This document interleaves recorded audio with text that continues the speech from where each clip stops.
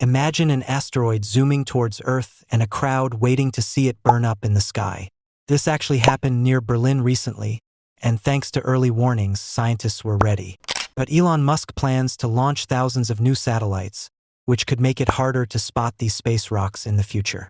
Did you know that an asteroid recently zipped past Earth, and people gathered to watch it burn up in the sky? How would you feel if a huge number of new satellites started blocking our view of space rocks? And what's being done to prevent these satellites from making it harder to spot potential threats from space? Stick around to find out how Elon Musk's Starlink satellites might impact our ability to detect asteroids and what scientists are doing about it. On January 21st, an asteroid made a rare visit near Berlin, and hundreds of people were there to watch it hit at 1:32 a.m. Thanks to a NASA warning issued an hour and a half before the impact.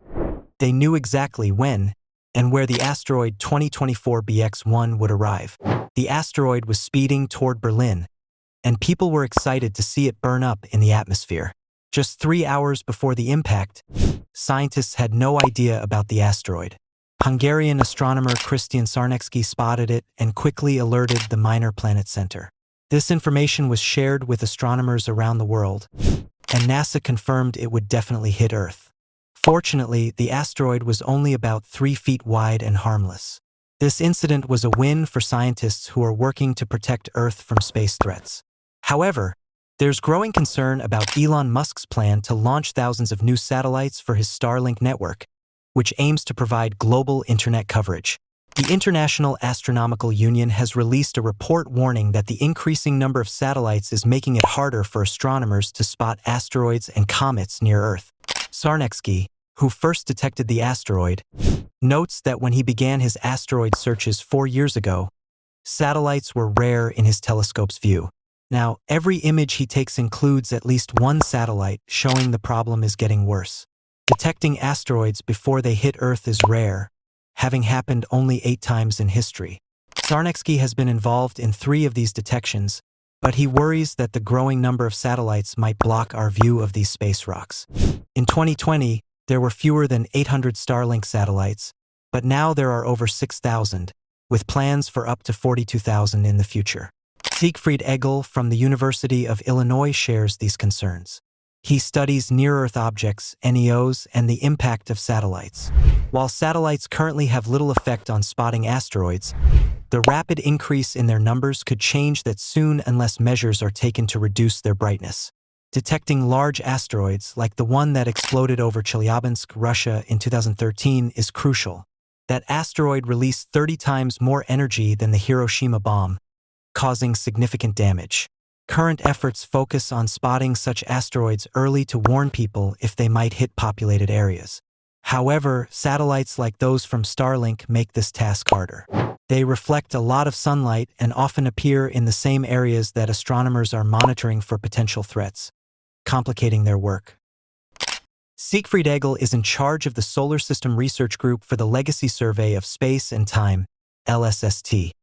A huge project designed to map the sky more thoroughly than ever before over 10 years. This work will be done at the Vera C.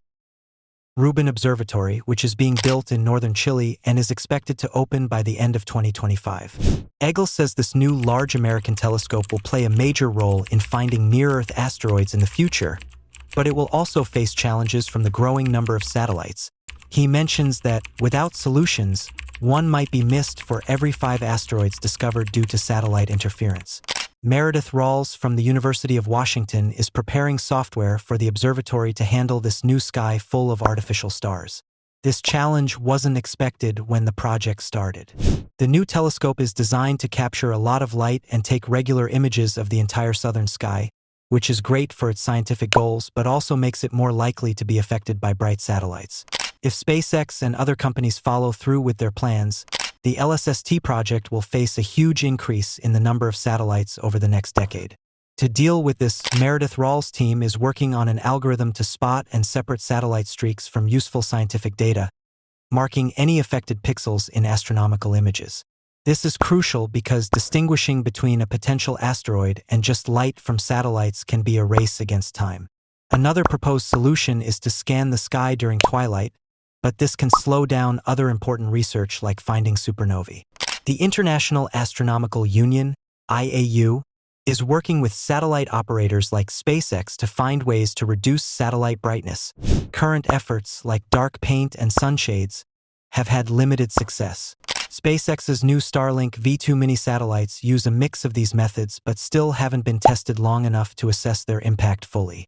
Meanwhile, SpaceX is getting ready to launch even bigger satellites that aim to provide 5G directly to mobile phones, and another company, AST Space Mobile, is also working on large satellites.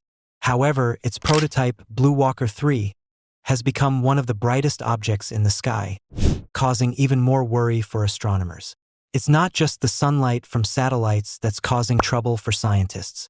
The radio waves these satellites use for global internet coverage are also messing with radio telescopes.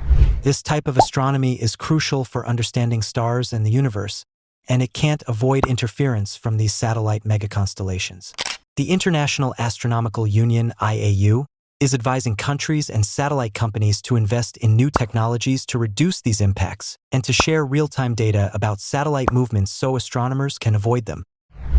Meanwhile, some astronomers are taking legal action against the FCC's decision to allow SpaceX's new Starlink satellites, arguing that the environmental and scientific impacts haven't been properly assessed. They're concerned about the effects of satellites burning up in the atmosphere and the risks of collisions that create more space debris. This growing problem in low Earth orbit is seen as a kind of Wild West, and experts believe that companies like SpaceX, which are leading this expansion, should be the ones to push for regulations to ensure safer operations. That's all for this video. Thanks for watching and stay tuned for more content like this.